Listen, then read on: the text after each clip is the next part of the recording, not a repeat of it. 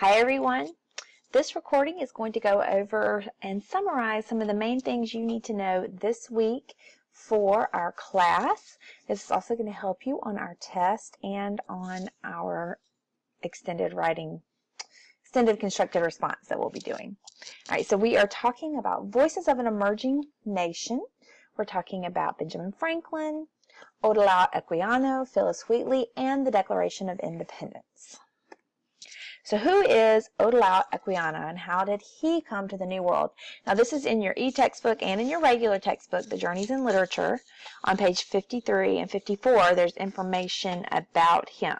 Okay, and this is actually an excerpt that you'll see in the book from his writing. He was born in what is now Nigeria and was captured and enslaved when he was 11 years old. Under various owners, he worked on a plantation in Barbados, sailed with British naval officer, managed the business of a merchant in Philadelphia, and eventually he was able to buy his own freedom. He also worked as a sailor for many years before he settled in England and became active in the cause of abolition. And we know that abolition and abolitionists work to free slaves. They work to free the slaves. All right, so in 1789, he published his autobiography, and it's called The Interesting Narrative of the Life of Odilao Equiano. And in this, he detailed the horrific conditions that he and others had endured on the slave ship that brought him to America. So in your textbook on pages 53 and 54, there is an excerpt from chapter 2 of his book that really goes into this. He describes his own experiences in first person on the slave ship, and he really talks about the mistreatment of the slaves on board and how cruel the captors were, beating them and starving them and just terrible things. And he uses a lot of descriptive language.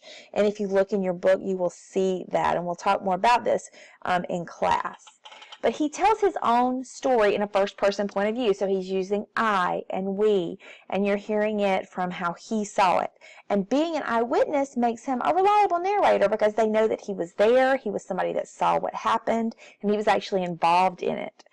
So it actually makes him an expert on these events, and he can tell us things that no one else could. So how does he tell his story? Well, we just talked about he uses sensory details that bring the story to life. These sensory details bring the reader on board the ship. They really describe what he was feeling, what he was seeing, and they help the reader vividly imagine these awful horrors of the experience and bring out a feeling of sympathy not only for him but the other slaves on the ship. So in contrast to Equiano, we have Phyllis Wheatley. She was brought to Boston from West Africa in 1761, and she was 8 years old, and she was purchased by John Wheatley. So we know her real name, her African name was not Phyllis Wheatley, but that was changed to that, and he was a tailor. His family recognized that she was really smart and taught her how to read and write. This was very unusual. Most slave owners feared that literacy would cause their slaves to crave freedom, so they didn't teach them how to read or write. Her first poem was published when she was about 13 in 1773. And then at 19 and 20, she published poems on various subjects, religious and moral subjects. He freed her in that same year, and then she died in 1784. So she did die a free person, but she had a very different outlook on her experience than Equiano. In your book on page 55, there's a poem that's very short called On Being Brought from Africa to America. And she, in this poem, expresses how thankful she was to be enslaved and brought to America to learn about Christianity. So she is not telling the same story that Equiano was telling. She has a different point of view. And then she has another poem in the book on page 54, A Hymn to the Evening.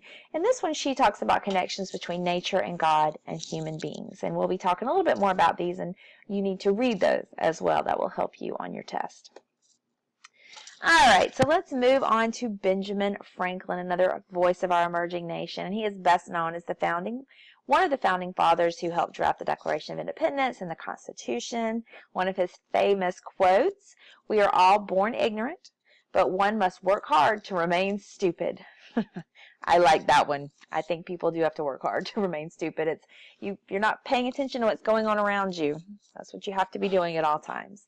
So who was he? Well, he was born January 17th, 1706, and he died in 1790 on April 17th. He is considered a founding father of our nation, a polymath, an inventor, scientist, printer, politician, Freemason, and diplomat. Benjamin Franklin was a busy guy, did a lot of stuff. He helped to draft the Declaration of Independence and the Constitution. He helped negotiate the 1783 Treaty of Paris, which helped end the Revolutionary War. So he did a lot for our country in just the short period of time that he was alive. His scientific pursuits included investigations into electricity, mathematics, and map making. That's cartography.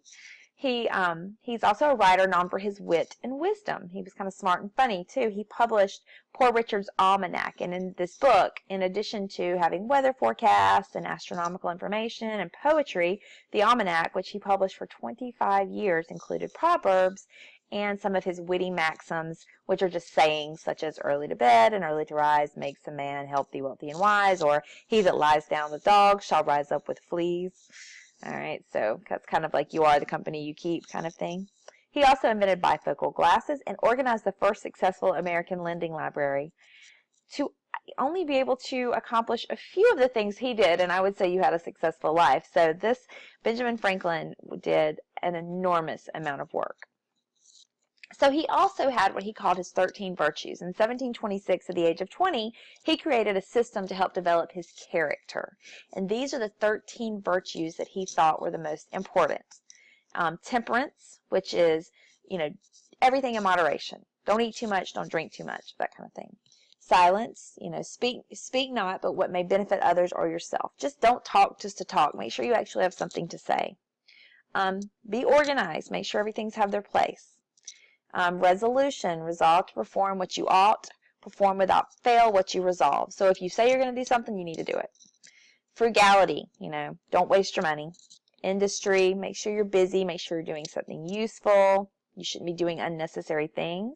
Sincerity, be nice. Don't lie. Take other people's feelings into account. Justice, wrong none by doing injuries or omitting the benefits that are your duty.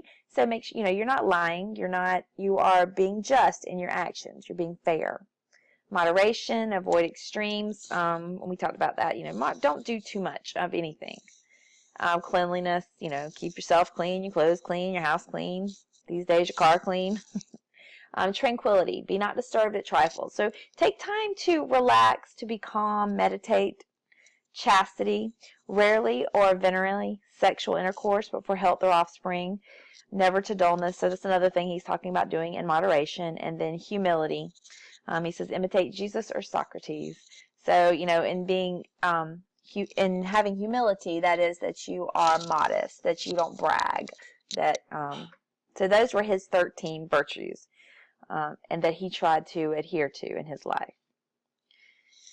So then we have the Declaration of Independence. Now we know that he was one of the writers, but the main writer of the Declaration of Independence was Thomas Jefferson. And the Declaration of Independence was written by the representatives of the 13 colonies. But who was its audience? Well, it was a public document and it addressed several audiences, okay?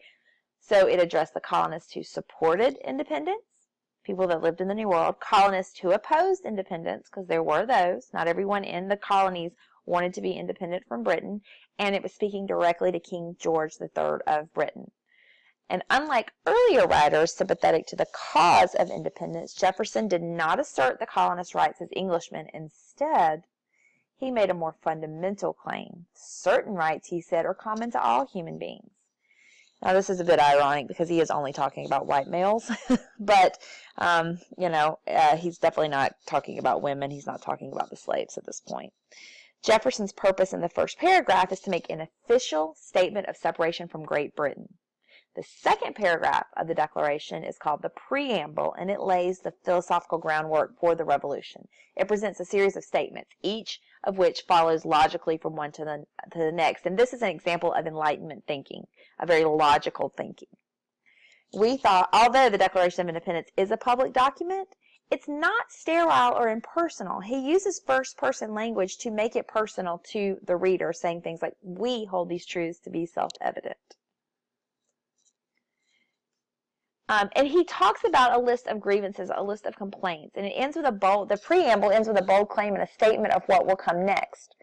He talks about how Great Britain and King George has been unjust. He talks about the repeated injuries and usurpations that they have delivered to the colonies.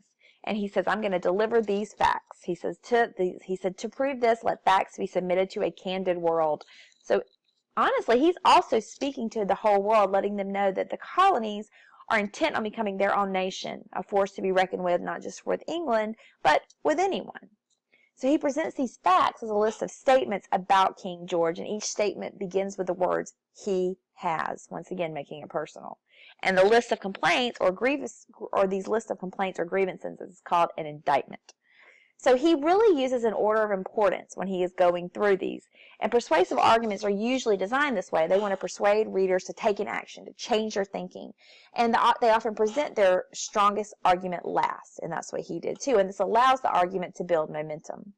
Now, this is no coincidence because Jefferson was trained as a lawyer. So as this indictment, this list of grievances unfolds, it kind of builds energy, just like as a lawyer would do with their closing arguments.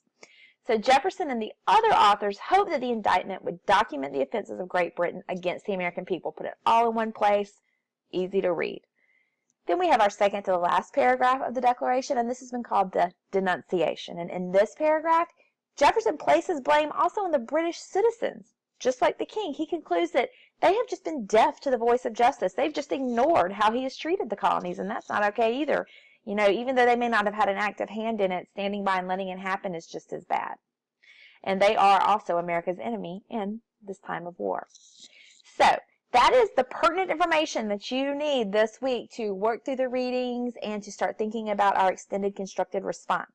If you have questions, come to class, come to a learner conference, come to a Raise Your Grade session. Email me. You literally have a million ways that you can contact me, and you can find out more or have any of your questions answered.